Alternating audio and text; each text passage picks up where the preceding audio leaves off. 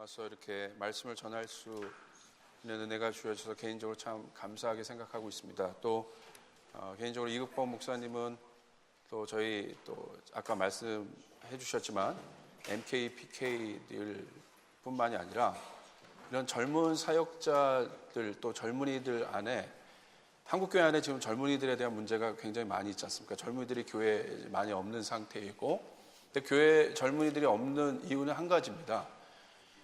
젊은이들에게 맞는 프로그램이 없어서 없는 것도 아니고, 뭐 예배 형식이 없어서 그런 것도 아니고요. 젊은이들이 교회를 떠나는 이유는 그들의 하트를 건드려줄 아버지와 같은 분이 없어서 떠나는 겁니다. 그런데 이국범 목사님 이렇게 뵈면 이렇게 아버지와 같으세요. 그래서 참 이렇게 이제 아버지는 자녀들에게 복을 주는 분이잖아요. 그래서 그 문들을 항상 열어주셔서 참으로 감사하게 생각하고 있습니다. 또 하나 제가 여기 와서 인상 깊게 보았던 것은 우리 아이들에게 목사님 이게 말씀을 전해 주신 장면을 제가 봤는데 상당히 제가 충격을 받았습니다. 아이들이 집중력이 1, 2분을 못 넘어가잖아요. 이렇게 못 넘어가는데 아이들이 거기서 처음에 이렇게 사람들이 보니까 집중해서 듣다가 한 1분 정도 지나니까 몸 비비 꼬면서 이렇게 애들이 끝까지 그래도 이 말씀을 듣는 걸 제가 봤는데, 사실 이스라엘 백성들이 지금 또 유대인들이 전 세계에서 굉장히 강력한 영향력을 주는 이유가 그 유대인 교육에 있습니다. 근데 유대인 교육이 아시는 것처럼 토라의 기초에서, 말씀의 기초에서 어렸을 때부터 그들이 말씀을 배워가면서 자라거든요. 그러니까 기초가 굉장히 든든합니다. 그런데 3명의 선생님이 있습니다. 유대인 교육에 있어서 가장 중요한 3명의 티처가 있는데, 하나는 신명기 6장에 나오는 것처럼 부모님이에요.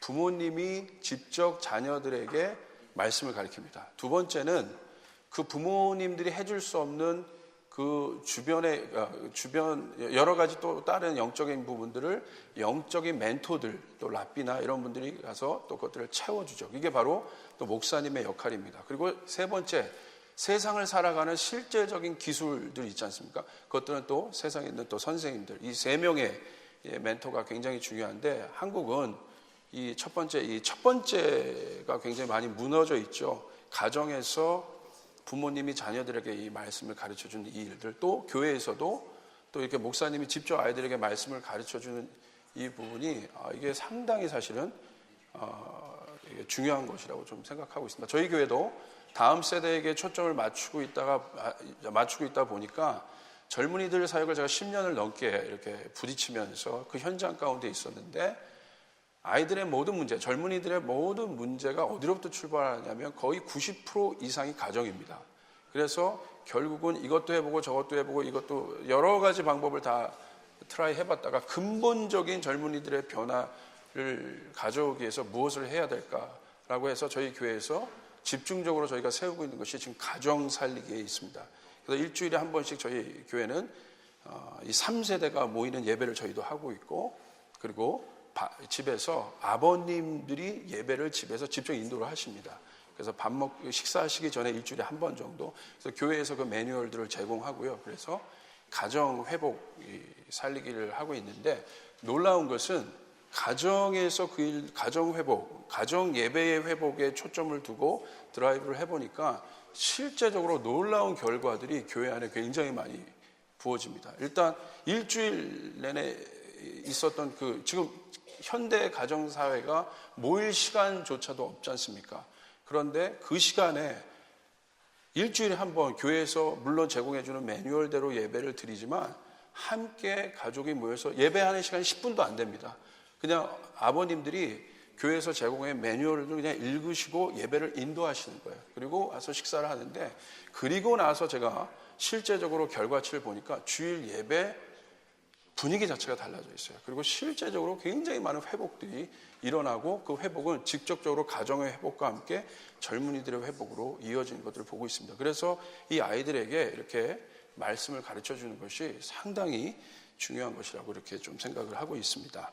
그래서 너무 이렇게 감동을 받았고, 또 다음 세대를 보고 있는 사역자로서 이렇게 이 파래장로교회에서 이 다음 세대를 향해서 이렇게 집중하시는 모습을 보면서 제 안에 굉장히 좋았고 감사했습니다.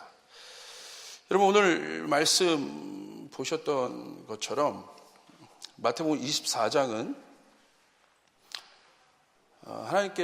예수님께서 마지막 때에 대해서 구체적으로 아주 중요하게 몇 가지 일들을 많이 말씀하십니다. 많은 사람들이 마지막 때를 궁금해할 것입니다. 저도 물론 궁금합니다. 궁금해할 뿐입니다. 근데 주님께서 몇 가지 아주 중요한 일들을 말씀하셨다는 거예요. 마지막 때 전쟁이 일어나고 기근이 있고 요즘에도 그런 일들을 보면서 마지막 때라고 얘기하는 분들이 굉장히 많은데, 그런 일들은요 항상 있었어요.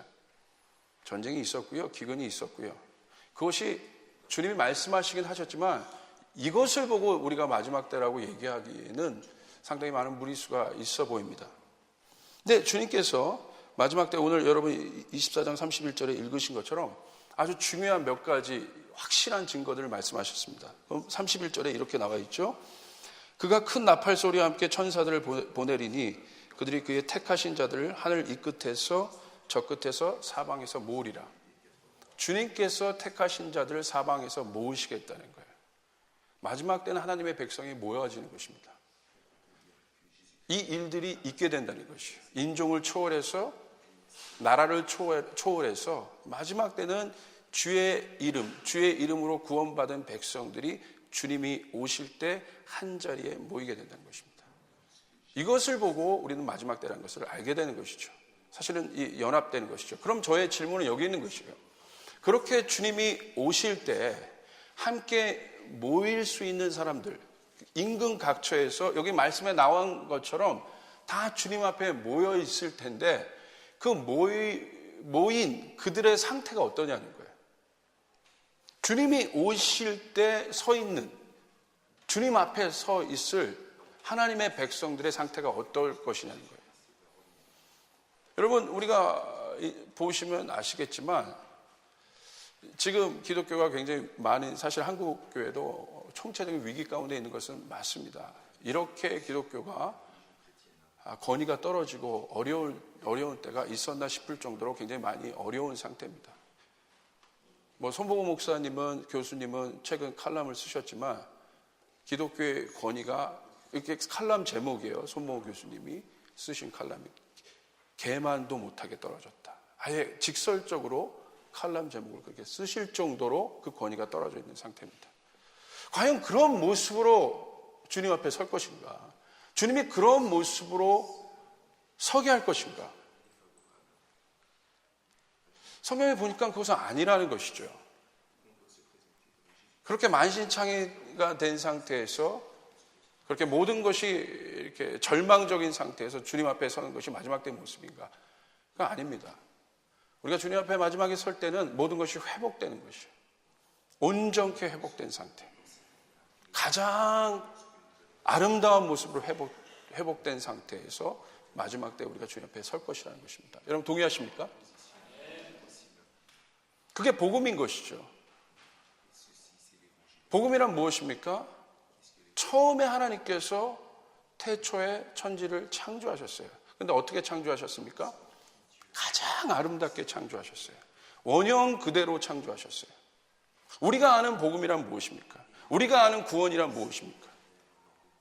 예수 믿고 그냥 내가 입술로 고백한 것이 우리가 받는 어떤 정체성의 구원일 수도 있겠지만 성경에서 말하는 구원은 그것이 아닌 것 같아요.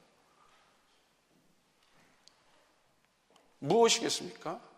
바로 복음이란, 가장 좋은 소식이란, 우리가 알고 있는 유앙겔리온, 이 복음은 무엇입니까? 가장 좋은 것으로 회복되는 것이에요. 가장 원래의 상태로 회복된 것이에요. 그럼 가장 좋은 것, 가장 원래의 상태가 어디겠냐는 거예요. 그게 바로 창세기인 거예요. 하나님께서 태초에 천지를 지으신 거예요. 가장 근원적인 상태, 가장 본질적인 상태. 아무도 그곳에 가보진 않았지만 우리는 창세기 1장을 펴므로 인해서 태초에 하나님이 천지를 창조하셨다, 이 말씀을 봄으로 인해서 우리는 아주 중요한 세계관을 하나를 얻게 됩니다. 그것은 무엇입니까? 창조관이죠.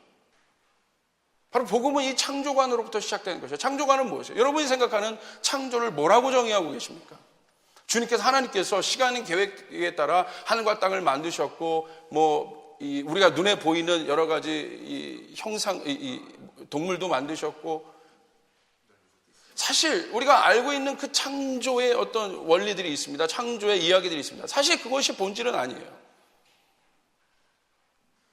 그때 남아있던 생물들이 아직 남아있지 않고요.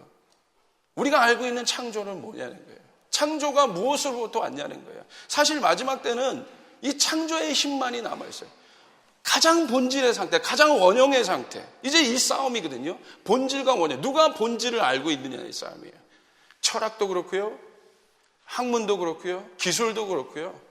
이젠 누가 그 세상은 그걸 기술이라고 얘기합니다. 테크놀로지라고 얘기해요. 구글과 같이 그런 본질을 알고 있는 회사, 그런 기술을 가지고 있는 회사만이 지금 살아남아요. 굉장히 중요한 문제인 거죠. 우리도 마찬가지예요. 생존하기 위해서, 기독교가 생존하기 위해서 붙잡을 수 있는, 우리가 지금 주목해야 될 메시지가 뭐냐는 거예요. 가장 본질이 무엇입니까? 창조예요. 근데 창조가 무엇으로부터 왔냐는 거예요. 우리가 알고 있는 어떤 기계적 창조가 아니라 창조는 실제적인 형상으로 무엇이 드러난다는 증거입니다. 어떤 것이 드러난 거죠. 근데 어디로부터 그것이 드러나냐는, 누구의 생각과 누구의 마음으로부터 그것이 드러났냐는 거예요. 창조의 주체가 누구냐는 거예요. 창조의 주체가 바로 하나님이시고, 창조되었던 것들은 무엇입니까? 그분의 마음으로부터 나왔던 것들이 형상화된 것입니다. 그 증거는 무엇입니까? 그분의 마음으로부터 나온 것이 창조라고 우리가 단정 지을 수밖에 없는 증거가 바로 여러분 창세기 1장 31절 말씀에 있습니다. 한번 보시겠습니까?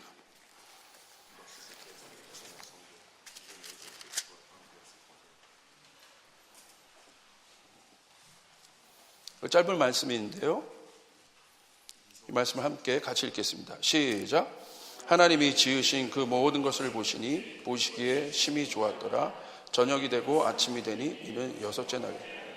우리는 창조를 뭐라고 정의할 수 있냐는 거예요. 여러분은 창조를 어떻게 정의하고 계십니까? 여러분, 신앙은요, 정의하는 것이에요. 그래서 신학이 필요한 거예요. 정의 못하면요, 여러분 이 시대 속에서 살아남을 수 없어요. 정의는요, 여러분 실제적인 신앙의 능력이에요. 정의는 깨달음이에요. 안다는 거예요. 굉장히 중요한 거예요. 그래서 신앙생활을 더 깊이 오래 한 사람일수록 뭐가 분명합니까? 진리가 분명해요. 진리가 분명하다는 것은 뭐예요? 정의가 되어 있다는 거예요. 그 안에. 정의가 되어 있다는 건 뭐예요? 흔들리지 않고 있다는 거예요. 분명히 알고 있다는 거예요. 여러분, 창조를 어떻게 정의하시고 계십니까? 창조는 바로 이 말씀 안에 들어 있습니다. 하나님이 지으신 그 모든 것을 보시니 보시기에 심히 좋았더라. 저녁이 되고 아침이 되니 이는 여섯째 날이라. 이것으로 창조의 스토리가 맞춰지고 있습니다. 여러분 아시죠? 심히 좋았더라. 이게 창조예요. 이것이 하나님의 마음인 거예요. 창조는 하나님의 마음인 거예요. 여러분, 신앙은 무엇입니까? 하나님의 마음을 알고 싶은 거예요. 여러분, 신앙은 관계입니다. 누구와의 관계? 보이지 않는 하나님과의 관계예요. 우리의 인간의 삶의 모든 것도 무엇으로 정해져 있습니까? 관계 아닙니까? 관계에서 가장 중요한 게 뭐예요? 비즈니스가 아닌 거죠. 우리가 원하는 관계, 그 친밀한 관계에서 가장 중요한 건 뭐예요? 마음이 하나 되는 거예요. 하나님의 음성을 듣는다는 건 뭐예요? 오디오적으로 하나님이 말씀하신다는 거 아니에요. 하나님의 마음을 아는 거예요, 누가. 이것이 굉장히 중요한 거예요. 창조는 뭐예요? 우리가 하나님께서 지으신 창조물에 주목하는 것이 아니라 그것을 지으셨던 하나님의 의도, 하나님의 마음이 어떠냐는 거예요. 그것은 무엇입니까? 주님 뭐라고 하셨어요? 심히 좋았더라. 이것이 하나님의 마음인 것이에요. 온 땅, 태초에 하나님이 천지를 만드셨다, 창조하셨다. 그 속에 우리들도 다 들어있습니다. 프랑스도 들어있고요, 한국도 들어있고, 미국도 들어있고, 다 들어있어요. 만들어진 그것에 우리가 주목하는 것이 아니라 그것을 지으셨던 하나님의 마음, 심히 좋았더라. 그것을 원어로 뭐라고 하고 있습니까? 토브라고 하는 거예요. 토브. 토브하다. 하나님이 지으신 모든 것을 바라보시고 어떻게 하셨냐면요, 토브하구나. 토브는 뭐예요? 온전한 상태예요.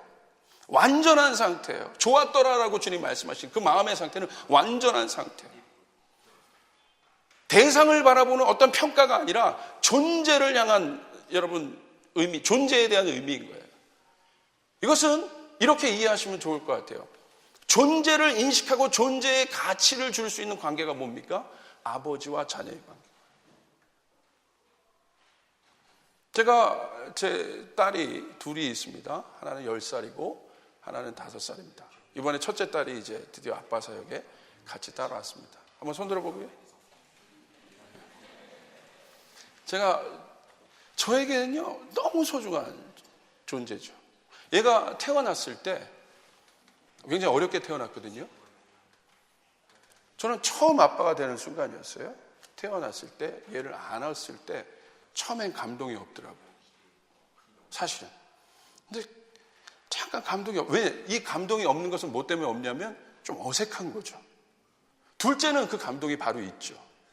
근데 첫째는 제가 약간 이게 뭐지?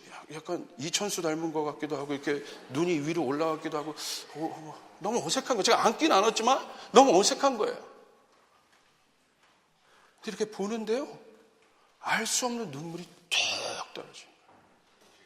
그러면서 알 수 없는 기쁨이요, 이 존재를 향한 기쁨이 내 밑으로부터 저는 한 번도 경험하지 못한 그 기쁨이 밑에서부터 제 심령과 전체를, 갑자기 제가 얘를 안고 너무 좋아가지고 이게 어떤 상태예요? 이게 터프인 거예요. 좋구나. 얘가, 저희 엘라가 태어나서 무엇을 했겠습니까? 저희 딸이 아무것도 저에게 해준 것이 없어요. 얘가 태어나자마자 아버지 저 드디어 태어났습니다, 안녕하십니까? 이렇게 저에게 인사를 한 것도 아니고, 아버지 힘드셨죠? 그리고 저희 안부를 물어본 것도 아니고요.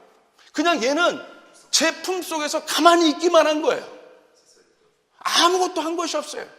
근데 아무것도 한 것이 없는 이 존재를 향한 저의 기쁨, 이 밑으로부터 솟아오르는 이 기쁨, 이게 바로 터브인 거예요. 좋구나. 그냥 보기만 해도 좋은 거죠. 와, 좋구나. 여러분, 처음에 여러분의 사랑하는 아내를 만났을 때 뭐가 튀긴다고 하십니까? 불꽃이 튀긴다고 하시지 않습니까? 그래서 어떤 상태예요? 보기만 해도 좋은 거예요. 그 사람이 무엇을 가졌고 어떤 스펙을 가졌고 어떤 것이 있기 때문에 여러분 사랑한 것이 아니라, 여러분 신학교 때 선배님들이 저에게 물어봤어요. 저기 너는 사랑이냐 사역이냐 둘 중에 하나를 택하라는 거예요. 그걸 왜 택해야 돼요, 제가? 그럼 막 물어보는 거예요. 그래서 저는 사랑을 택했어요. 어떻게 사랑 없이 여러분 사역을 하겠습니까? 여기는 그러지 않으신가 봐요. 얼마나 제가 제 아내를 볼 때도요, 보기만 해도 제가 첫눈에 반했거든요. 선교단에 같이 있다가 저희 아내가 저희 교회에 이제 오는데 한 뭐 좀 알았어요. 근데 그날 하얀 블라우스에 검정색 치마를 입고 왔습니다. 경배 찬양 스타일로 들어왔어요. 그런데요, 그 순간 제 눈이 뭔가 팍 이렇게 해버린 거예요. 그게 뭐예요? 갑자기 좋구나. 이 마음이 제 안에 쑥 든 거예요. 뭔가 좋구나라는 마음이 들어온 거예요. 뭘 해줘서 그런 게 아니에요. 갑자기 그 마음이 생긴 거예요. 존재를. 저 아이를 보면서도 이게 패밀리지 않습니까? 그래서 우리가 패밀리가 된 거예요. 패밀리는요, 여러분 존재인 거예요. 그래서 무엇보다 어떤 가치와도 바꿀 수 없는 게 패밀리인 거예요. 중요한 거예요. 이번에 세월호 사건에 왜 이렇게 전 국민이 하나가 돼서 아파왔겠어요? 왜 그랬겠습니까, 여러분? 한국에 우리가 들었던 메시지는 무엇입니까? 왜 내 자식이 아닌데 없어진 거예요? 존재가 없어진 거예요. 눈앞에서 내가 할 수 있는 게 아무것도 없는 거예요. 그러니까 부모님들이 인터뷰하지 않습니까? 내가 저 딸을 위해서 이것도 못 해주고 이것도 못 해주고 이것도 못 해준 게 내가 너무 서러워서 견딜 수가 없다. 그 안에 있는 그 공허함, 존재를 잃어버린 것에 대한 공허함, 그것이 괴로웠던 것이죠. 전 국민이 괴로웠던 것이죠. 특별히 부모된 심정 가지신 분들은 그 사건들 보면서 내 자녀처럼 절절히 아픈 것이죠.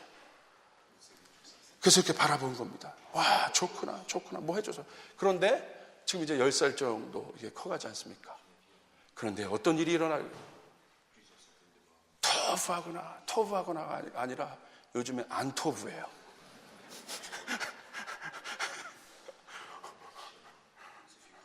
나는 좋아서 어쩔 줄 모르는데 자기 의견도 얘기하고요, 뭐 이것도 얘기하고, 뭐 말이 많아요.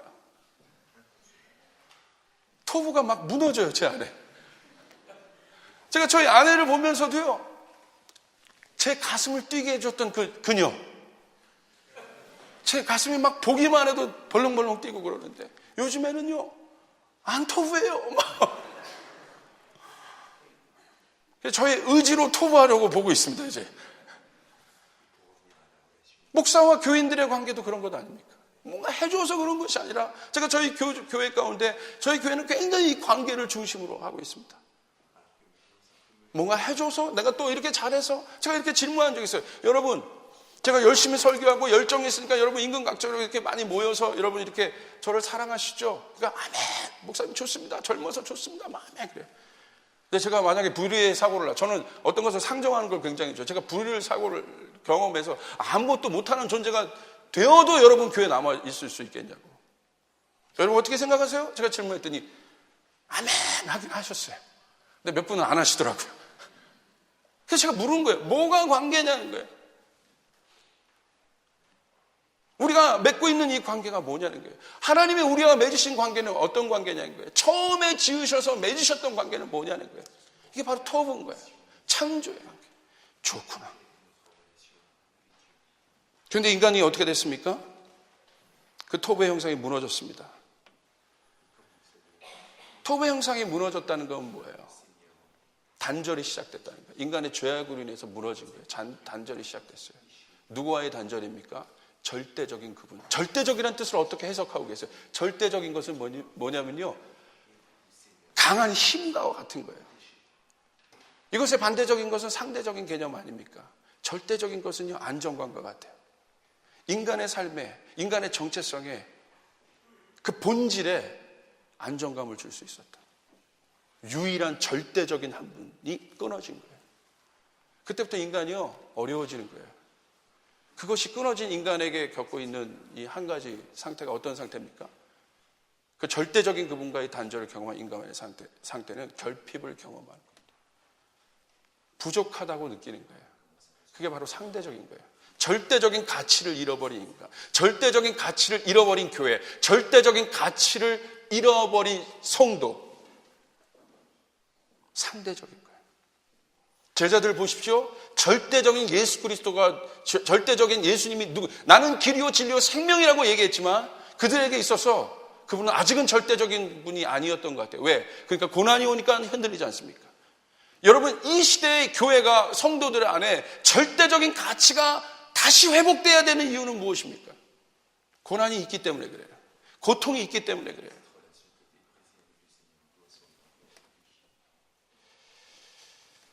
그래서 인간은 그때부터 그 결핍을 만회하려고 노력했던 것 같습니다. 기술을 쓰고 학문이 만들어지고 그 공허함에 견딜 수가 없는 거죠. 그 결핍으로부터 오는 공허함. 그래서 여러분 그 철학이 요구하는 거예요. 철학이 주는 메시지가 무엇입니까? 너를 알라는 거예요. 너는 누구냐는 거예요. 여러분 그 질문은 굉장히 우리에게 중요한 질문일 수 있어요. 그런데 그 절대적인 가치가 없는 그 속에서 우리를 과연 알 수 있을까요? 비추어 보는 어떤 부분에 우리의 형상을 보면서 만족할 수는 있겠지만 절대적이란 것에 도달하지 못할 것입니다.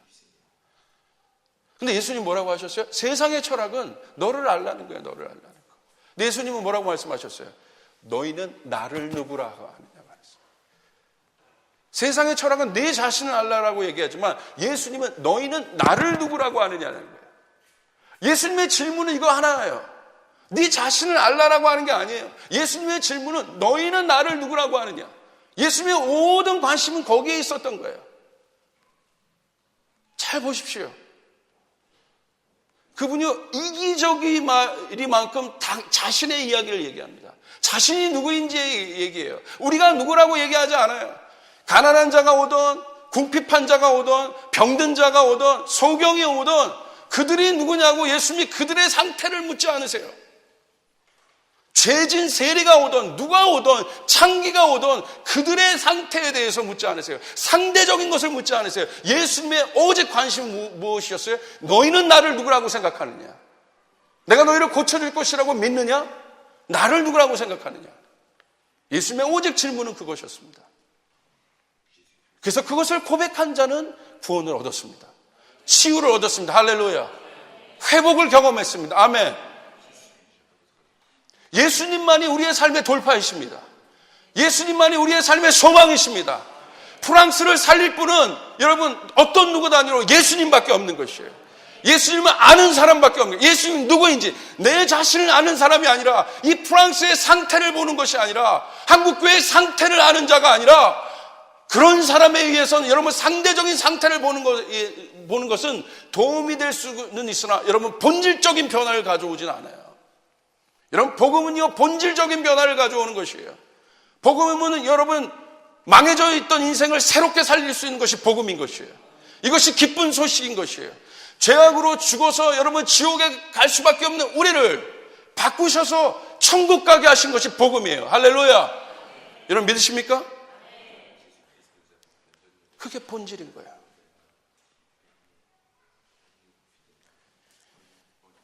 예수님께서는 그러셔서 하나님께서는 그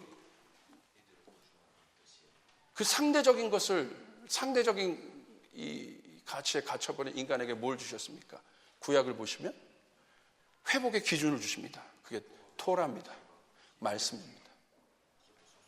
그래서 그 뜻대로 살면 토라는 뭐예요? 관역이란 뜻이에요. 그 관역 안에 들어오면 너희가 살고 죄의 개념은 뭐예요? 관역 바깥에 있다는 거예요.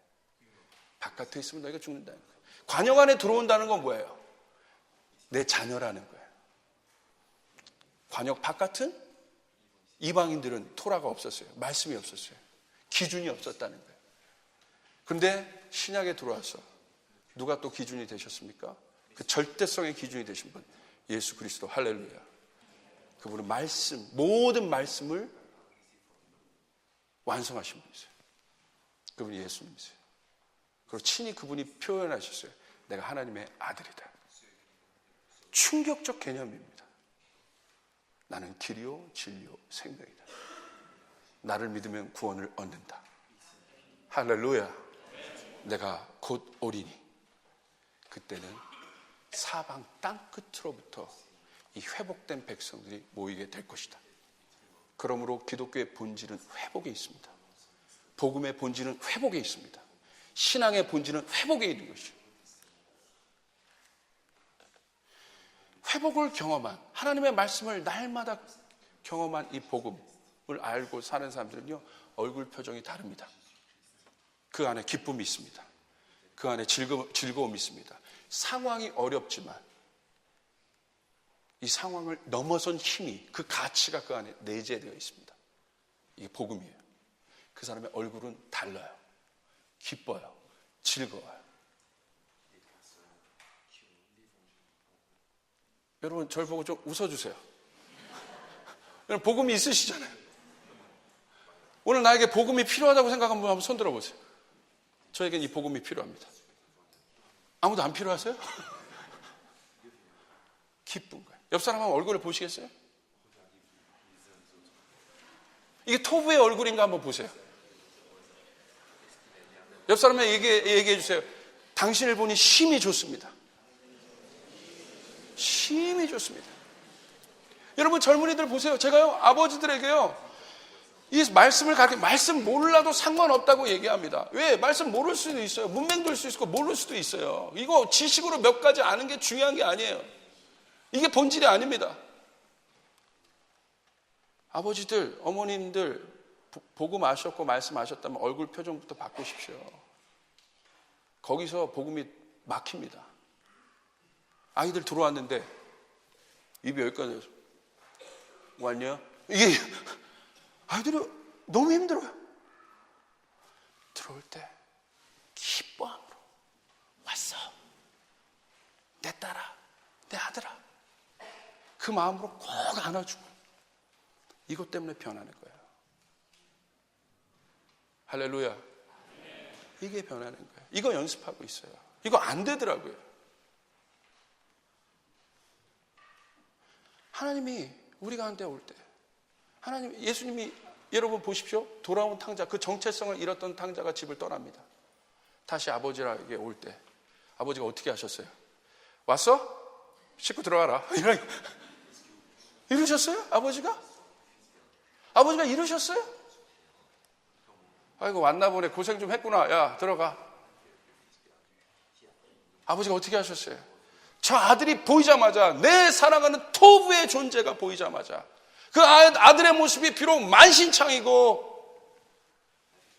모든 것이 여러분 희망과 소망 하나 없는 그런 모습, 이런 모습 아니었는데, 내 안에 있을 때 이런 모습이 아니었는데 만신창이 된 저 아들을 보면서도 먼 발치에서 저 아들의 모습만 보여도 아버지는 어떻게 하셨어요? 버선발로 뛰어가서 아들을 안아주시고 그 뺨에 입 맞춰주시고 그 손에 가락지를 끼워주시고 옷을 갈아입혀 주시고 잔치를 베푸셨어요. 이게 하나님이세요. 이분이 하나님이세요. 할렐루야. 이게 토브예요.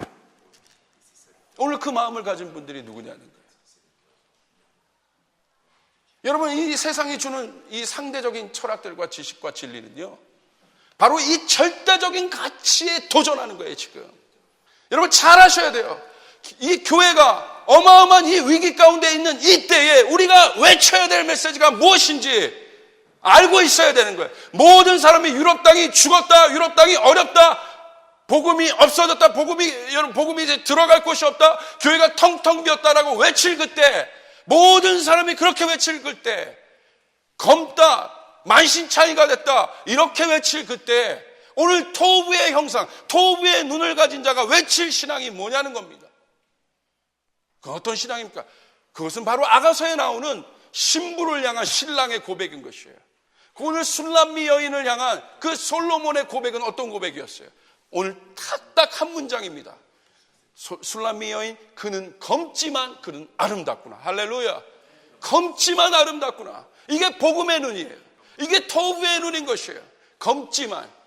오늘 제가, 제 아내가, 또 제가 사랑하는 사람들, 우리 인간의 사랑의 이 힘은 언제나 떨어지고 언제나 여러분 한계가 있습니다. 약해요. 그러나 오늘 내가 그 한계를 극복하면서 내 오늘 이 의지적 한계를 돌파할 수 있는 것은 내가 사랑해야지, 노력해야지, 내가 겸손해야지가 아니에요. 오늘 내 앞에 있는 골리앗을 없애달라고 여러분 기도하는 게 여러분 신앙이 아니에요. 여러분 그 골리앗을 없애달라고 기도해 보십시오. 여러분 그것 때문에 문제가 있잖아요. 너무 어렵잖아요. 상대적인 어려움이잖아요. 폭풍을 없애달라고 기도해 보십시오. 그럼요 골리앗이 없어져요. 근데 아셔야 돼요. 여러분의 인생 가운데 더 큰 골리앗이 나타난다는 거예요. 폭풍 없애달라고 기도해 보십시오. 폭풍이 없어질 수 있습니다. 그러나 더 큰 폭풍이 올 수 있다는 거예요. 그것은 본질이 아닌 것이에요. 오늘 본질의 눈, 토부의 눈은 무엇입니까? 그 속에서도 평강을 보는 것이에요. 검지만 아름답구나. 할렐루야. 이것이 사랑인 것이에요. 오늘 내 아내가, 여러분 제가 아내를 진짜 사랑합니다. 할렐루야. 여기 없으니까요. 제가 말해요. 진짜 사랑해요. 너무 사랑해요. 제가 얼마 전에요 아내에게 물었어요. 여기 그러신 어르신들 굉장히 많지만 죄송합니다. 아직 햇병아리 목사가 과연 감히 우리 어르신들 앞에 그런 이야기를 해서.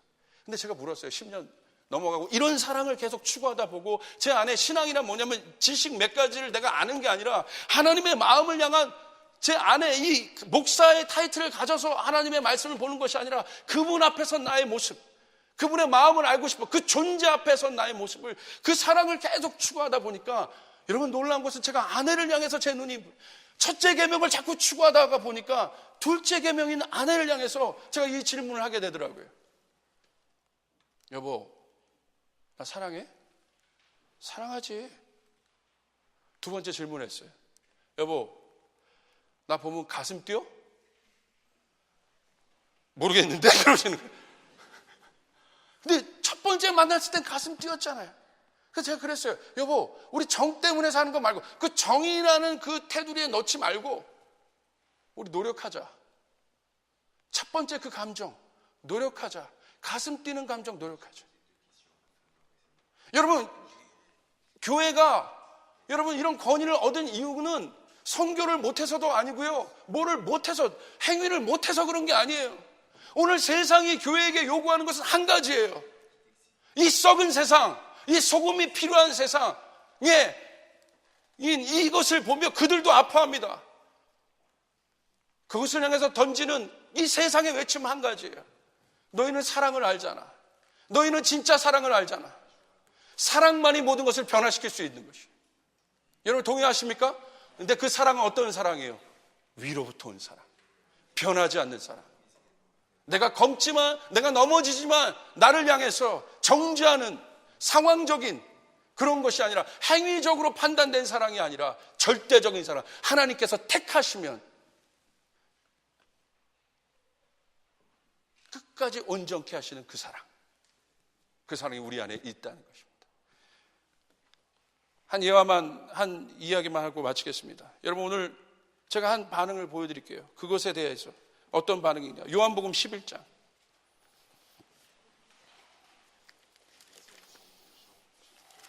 제가 프랑스로 오면서 받았던 말씀이에요. 그래서 이것을 그 예수님의 마을에서도 나눴는데 프랑스를 향해서 제가 기도할 때 이런 마음을 주셨어요. 여러분, 요한복음 11장에 나사로에 대한 이야기가 있습니다. 나사로의 이야기를 잘 아시죠? 여러분 1절을 보십시오. 11장 1절. 어떤 병자가 있으니 이는 마리아와 그 자매 마르다의 마을 베다니에 사는 나사로라. 2절. 이 마리아는 향유를 주께 붓고 머리털로 주의 발을 닦던 자요, 병든 나사로는 그의 오라반이더라. 이에 그 누이들이 예수께 사람을 보내 이르되 주여 보시옵소서, 사랑하는 자가 병들었나이다. 여러분, 이 배경을 잘 아실 것입니다. 나사로라는 존재가 있습니다. 근데 이 나사로는 어떤 존재입니까? 여기 마르다, 예수님을 사랑했던, 예수님에게 가족과 같은 그들에게 나사로는 예수님에게도 마찬가지요, 사랑하는 존재였어요. 사랑의 대상이었어요. 근데 이 사랑하는 존재가 병든 거예요. 이 사랑하는 대상이 고통을 당하고 있는 거예요. 여러분, 우리 인간의 삶에 우리가 컨트롤할 수 없는 문제가 바로 이 고통의 문제 아니겠습니까? 이 고난의 문제 아니겠습니까? 여러분, 고통 없으십니까? 있으시잖아요. 인간이 극복할 수 없는 마지막 고통과 이 고난의 문제는 무엇이에요? 죽음이라는 것.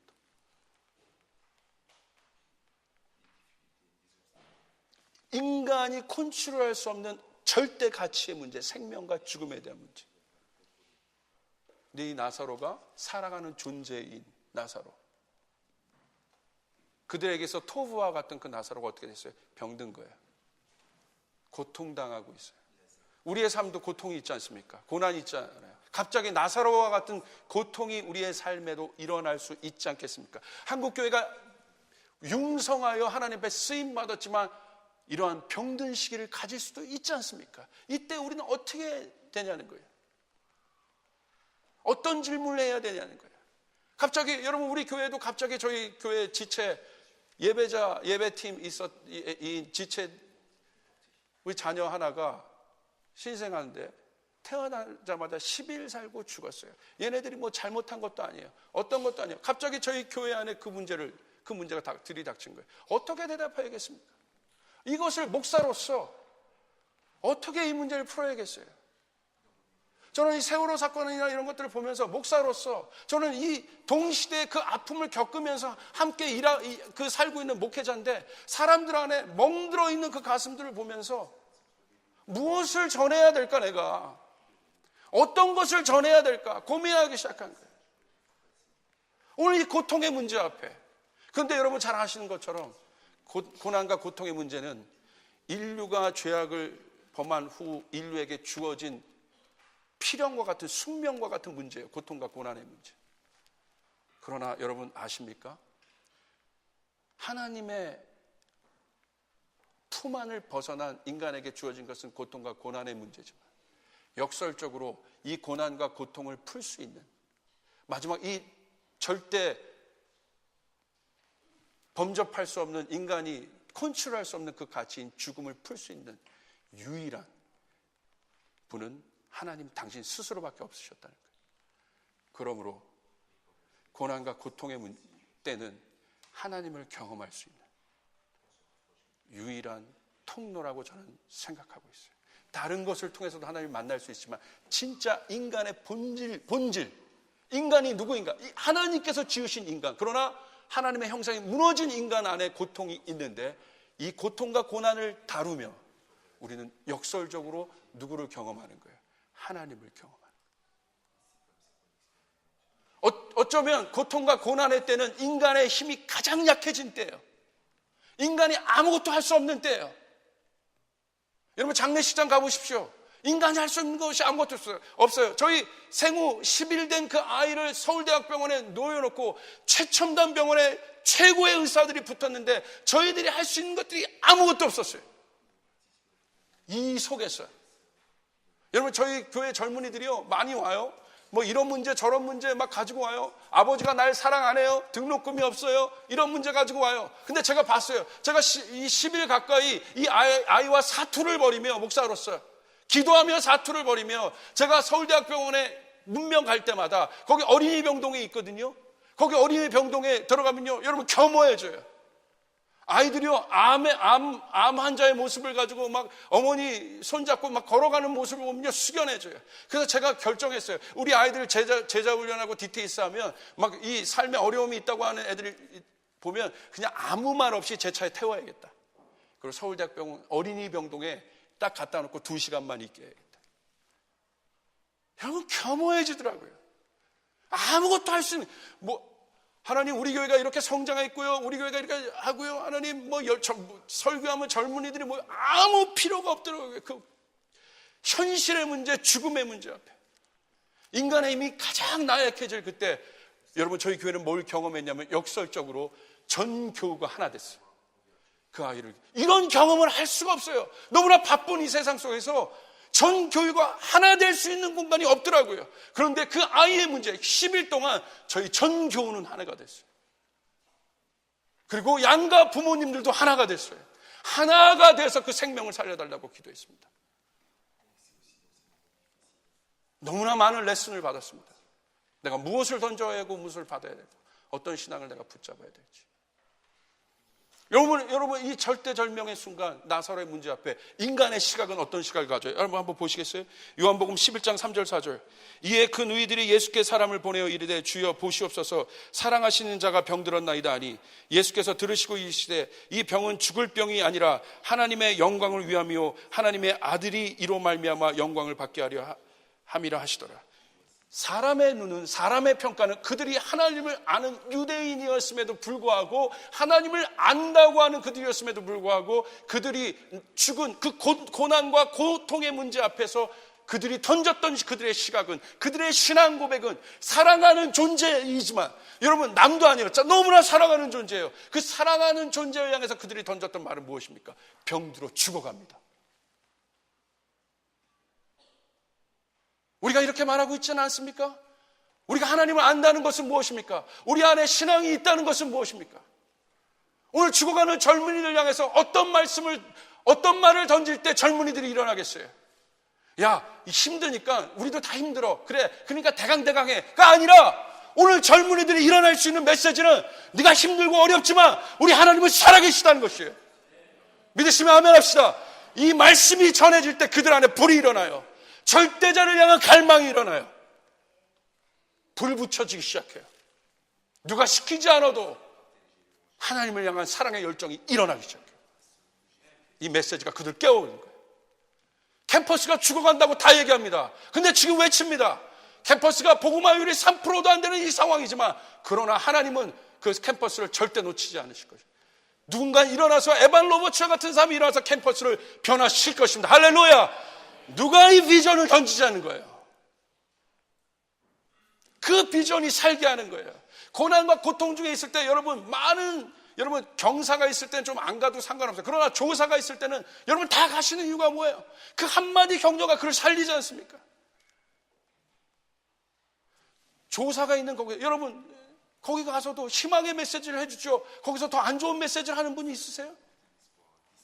소망의 메시지, 그 고난과 고통의 시간 가운데 있는 사람에게 그 소망의 말 한마디가 그를 살게 하지 않습니까?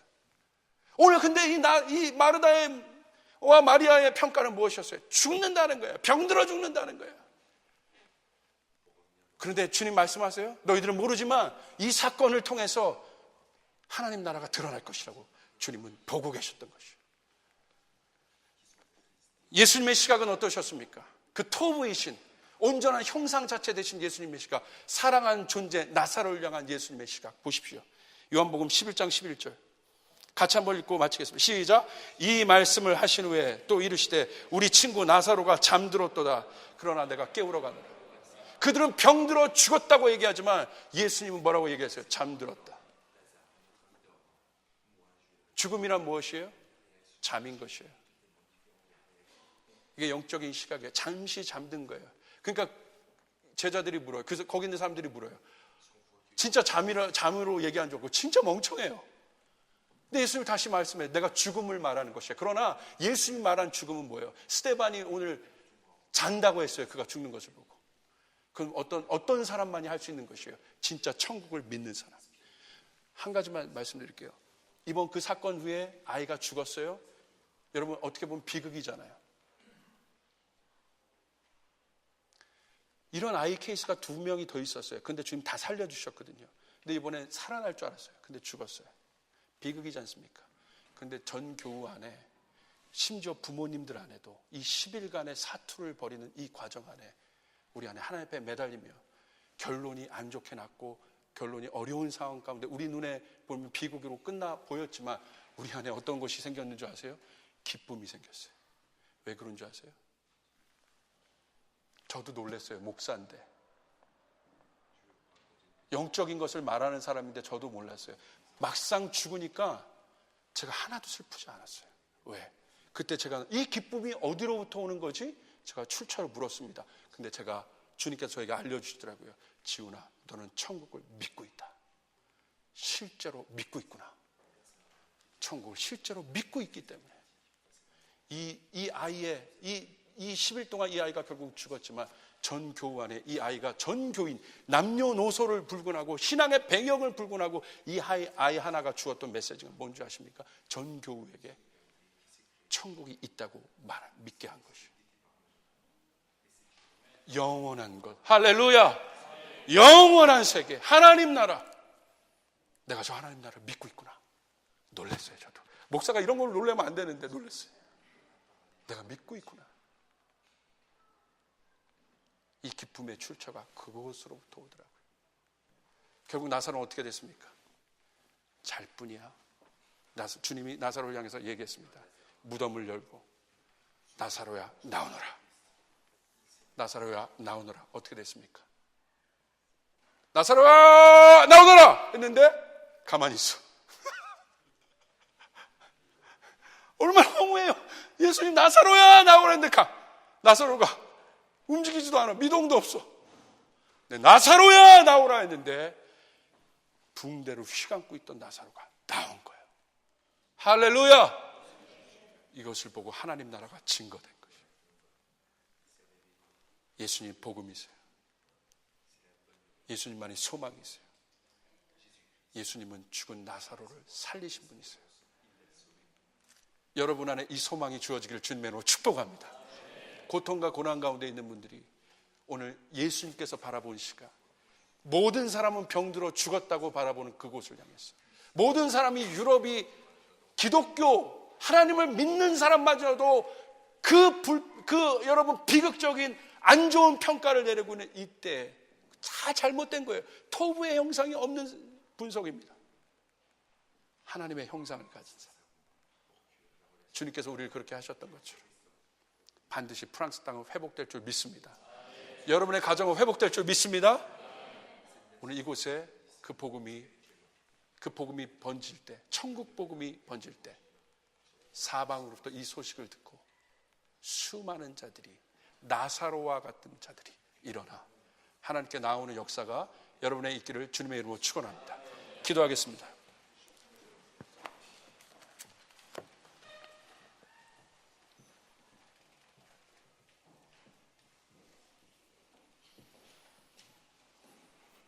하나님 아버지 감사를 드립니다. 오늘 나사로의 사건을 통해서 주님께서 당신의 모습을 드러내셨습니다. 당신이 누구신지 우리에게 가르쳐 주셨습니다.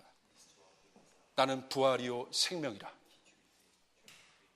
나를 믿는 자는 죽어도 살겠고 지금 나를 믿는 자는 영원히 또한 살리로다. 오늘 우리 안에 이 예수님에 대한 신앙이 다시 한번 회복되게 도와주시옵소서. 죽을 수밖에 없었던 우리를 온전케 하신 예수 그리스도, 그 복음이 오늘 우리 안에 다시 한번 일어나게 도와주시옵소서. 이 시간 선포합니다. 프랑스 땅이 주님 앞에 일어나게 될지어다. 젊은 세대들이 일어나게 될지어다. 고통과 고난 가운데 있던 수많은 하나님의 종들과 사람들이 이 생명의 소식을 갖고 그 무덤을 박차고 일어나는 일들이 일어나게 되는 것을 우리의 눈으로 목도하게 도와주시옵소서. 부족한 종 주님의 말씀 받고 순종하여 이 말씀 아버지 하나님 전하고 갑니다.